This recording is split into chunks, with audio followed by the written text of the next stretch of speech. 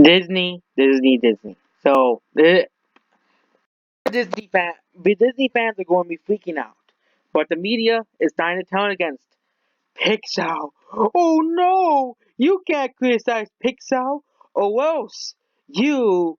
What people use for people who like Pixar movies? You don't understand movies if you don't like, Pixar. And if you don't like Disney, you have bad taste, okay? I guess this guy has quote unquote bad taste, I guess, okay? Stop selling the kids short with those Disney and Pixar films. Okay, but Disney fanboys who freaked out when Spider-Man did the Spider-Verse and it wasn't one and it wasn't, The Incredibles and Wreck-It Ralph, the Disney and Pixar movies. Cause like me, everybody else is probably sick of, Disney winning every single year after year after year after year after year after year after year, okay? So it's always Disney, okay? Once upon a time, on anime films for kids, I would say it's one of the most innovative workout coming in Hollywood. Yeah, some of it was, not The Incredibles, but, you know, Pixar also did Toy Story, which coupled with a new way of telling stories that had both popular and emotional depth, marks a paradigm shift into the fairy tales that dominate the genre. Same with The Lion King as well, which wasn't a fairy tale. And also there was also technical achievements that was beyond Toy Story. Until Disney, of course, bought out Pixar, and of course Shrek, which is considered a cult classic. A celebrity for kids could be animated comedy. It also got the best pit animated feature, and it also had Finding Nemo, Monsters Inc. Find Nemo, and The Incredibles, and it was also competition of Ice Age, which is now owned by Disney. Despicable Me and Disney's parent company Frozen and Wreck-It Ralph. The 3D animation was a new force to be reckoned with, raking in billions at the worldwide box office. Um, I'm not gonna say anything about this movie because this movie. My opinion on this movie has caused a lot of flame wars. Okay, this video probably banned in China. Yeah, well, yeah, you're being paused. No one cares about that. Okay. Over the past few years, 3D animation has started to look more like the great Hollywood landscape, with sequels and censors dull sameness. Shrek, which the fourth Ice Age movie, no, not fourth second movie people didn't really like. Fifth Ice Age movie people didn't like, and Toy Story, the only people actually tend to like that movie for some reason, have morphed into cash grabs. Finally, someone admitted that Toy Story 4 was a cash grab. Imagine if offerings like Zootopia, Frozen, and Inside Out were just made this was test for examples of studios trying to kickstart a franchise from existing IP um, from this more results. Angry Birds, Emoji Movie, Ugly Dolls, and coming soon is Tom and Jerry the movie, okay, Scooby Doo the movie, okay, SpongeBob the movie, okay,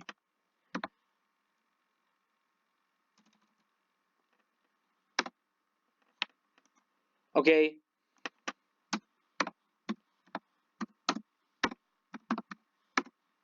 Cause look at animated films of 2020, or Trolls again, Trolls. Um, you know, Where to Watch Dragon actually it probably is one of the innovative movies. I think it was so in the other movie, but you can see here a lot of movies coming out, and that are basically just trying to start franchises. Scooby Doo. There was the Sonic movie. Okay, there is the SpongeBob movie. Um, I can go to 2021. There's also the Bob's Burgers movie. There is Spooky Jack and Tom and Jerry, the movie. Okay, 25 years after Toy Story injected the genre of vibrant new visual and 3D animation, it was in the bottom geeky as the Big Butt was. Big Butt studio films have this very generic place for a long time. Says these people, this guy, a researcher, an anime film. What we see in a lot of big animation fans and what we see is a bigger range of technique on the big screen. Not just different styles and CGI films or more hands-on films and stop motion films. The only place where that's being done is in independent and international animation. Um, Stop motion movie people say I haven't seen Kubo and the Shoestrings, but stop motion movies kept flopping, and for some reason people are still making them. I don't know why they're just making them on Netflix only. Okay, like the organ-based Leica have experimented with expensive expansive CGI, stop motion hybrids like Kubo or Missing Link. Cohen's breakthrough productions made oil of Vincent and Vincent Van Gogh's and basically many other movies here as well from other countries. Okay, you can't count out Pixar. Says they was says was in the release of Red Widow. Two other Oscar nominees, The Song of the Sea and others. Celestine, the studio so good creating films that immediately incredibly bored audiences that they create great films that mandate and some natural limitations and kind of things they can do before starting worry about knowing potential audience. For us is focusing on films that have really strong authorial visions of directors and stuff. These animated films, the traditional US studio system, feel waiting for stories instead of of course. And for example, combined gold box offices of all these movies is $147 million. Compared to Pixar's world's grossing movie ever, The Good Dinosaur topped $342 million worldwide. However, more robust subsidiaries and animated movies, in particular in Europe, had more alternative to US and Walt Disney and Universal's Illumination dominate. G-Kid, which is the official studios for Studio Ghibli films, they're all coming to HBO, not Disney. In North America, has a key player in bringing these foreign-grown films to the United States.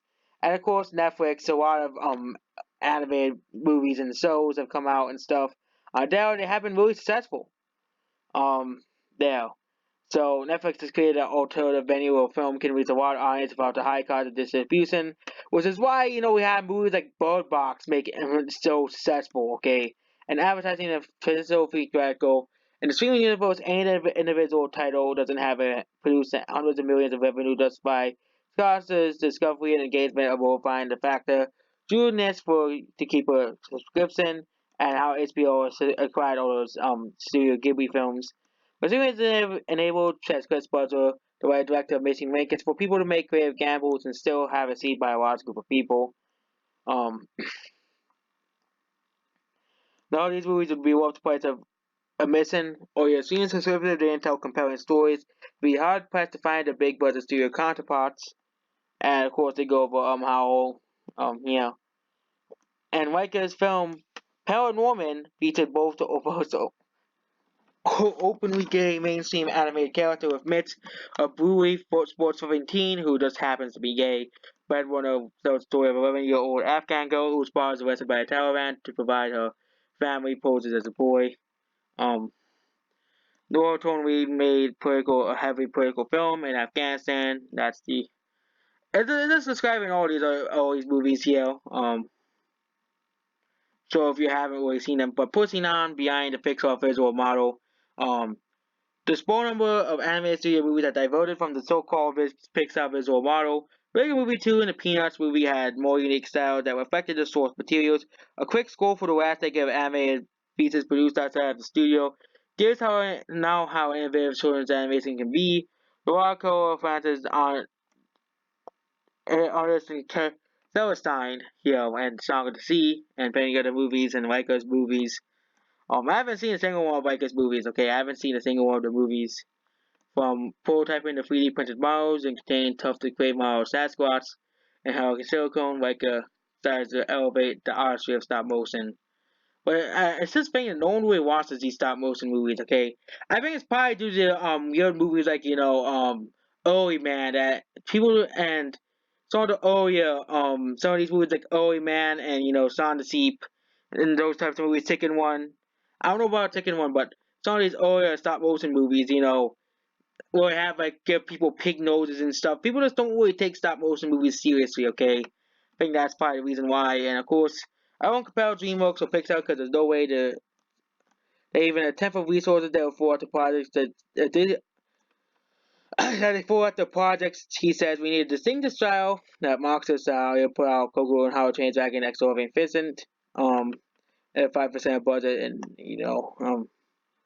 and of course, they're going to Netflix and how some movies have been only on Netflix and have been doing pretty well and being innovative and stuff. And of course, cracking the mainstream. Was Spirited Away won the Oscar, and of course, and 29 and Spirited and Kubo. Did Kubo win the Oscar? And And then of course movies like a lot of these movies are difficult to market. I think that's due to difficult merchandise. It's one of the most. Despicable Me is one of the most merchandise franchise in the franchise and the entire world. An uphill battle as it seems be is an optimistic shift about mainstream audiences' taste, thanks to the success of recent studio film of all things Spider-Man and the Spider-Verse, a Marvel movie released by Sony about Spider-Man, and of course it did pretty well. As distinct work of a comic book. Um, where it's grossed 345 million at box office to be out Incredibles 2 and break and Disney at the Oscars. So basically, computer animation. Problem is, computer animation is the animation industry is losing is kind of losing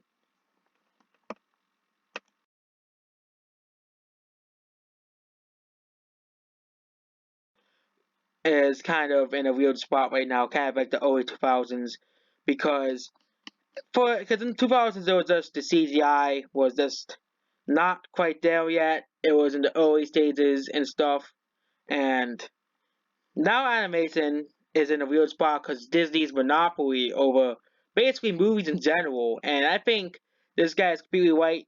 Okay, there's other movies other than movies of Disney's logo on it. Okay, other than Frozen, Incredibles, Toy Story. Okay, you don't have to watch the same movies over and over and over and over and over again. Okay, with just upping the numbers. Okay, there are other movies other than Disney, and that's what's the problem with animation today is all the other animated movies this year completely bombed at the box office or underperformed. And we have Disney's movies grossing 500 to 800 million dollars, and that's the problem here. It's Disney's monopoly over animation. So we're basically going back into the docket, back into the 80s where animation just didn't really have a competition. I won't be surprised if someone really puts up a competition in America, a new competitor comes around in animation and actually blows us away, and or a new company comes around and blows us away in movies and animation. And that's basically it. Goodbye.